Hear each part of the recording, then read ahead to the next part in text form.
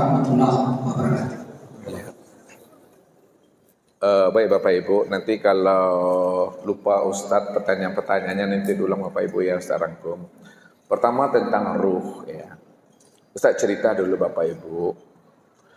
Jadi ya, yang dikatakan ruh itu ya sebelum ditiupkan. Nah, itu dipahami.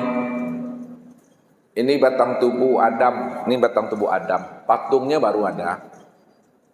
Walaupun punya mata, punya telinga, punya mulut, itu belum bisa dia bergerak, belum bisa dia hidup. Baru ditiupkan Allah ruh. Jadi kalau Allah dah tiupkan ruh, pada saat ruh itu sudah meliputi sekalian batang tubuh dan memenuhi sekalian rongga tubuh, nyawa sebutannya.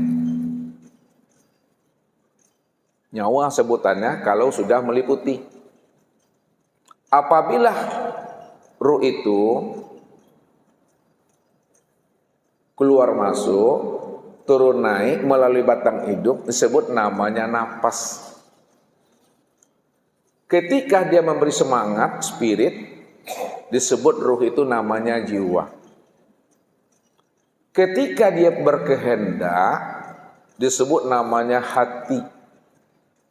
Ketika dia punya keinginan, disebut namanya nafsu, yang ruh tadi. Ketika keinginannya itu condong kepada hal yang baik, disebut namanya mutmainnah. Ketika keinginannya itu kadang baik, kadang tidak baik, disebut namanya lawwamah. Ketika jelek saja namanya amarah.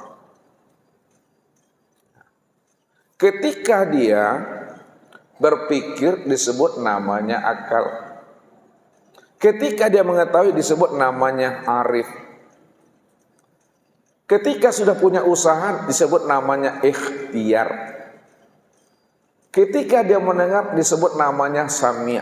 Ketika dia melihat disebut namanya basir. Ketika dia berkata disebut namanya kalam. Itu semuanya nama lain daripada ruh sesuai dengan kondisinya. Makanya sebelum ditiupkan ruh sebutannya. Setelah ditiupkan ruh itu mengambil sifat di situ sesuai dengan situasi dan kondisi.